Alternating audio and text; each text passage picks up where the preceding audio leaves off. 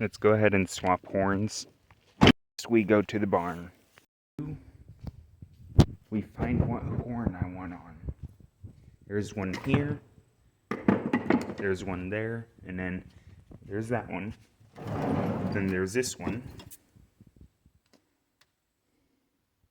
which I don't know where to put the wiring, so we're gonna stick with this one.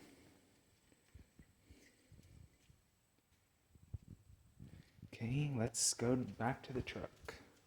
Make sure it has the nut, which it does. I need to find one of these tools. Hang on.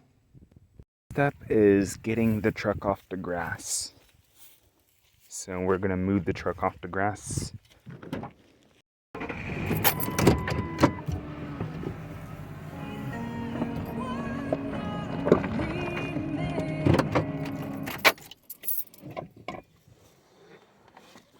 The horn installed.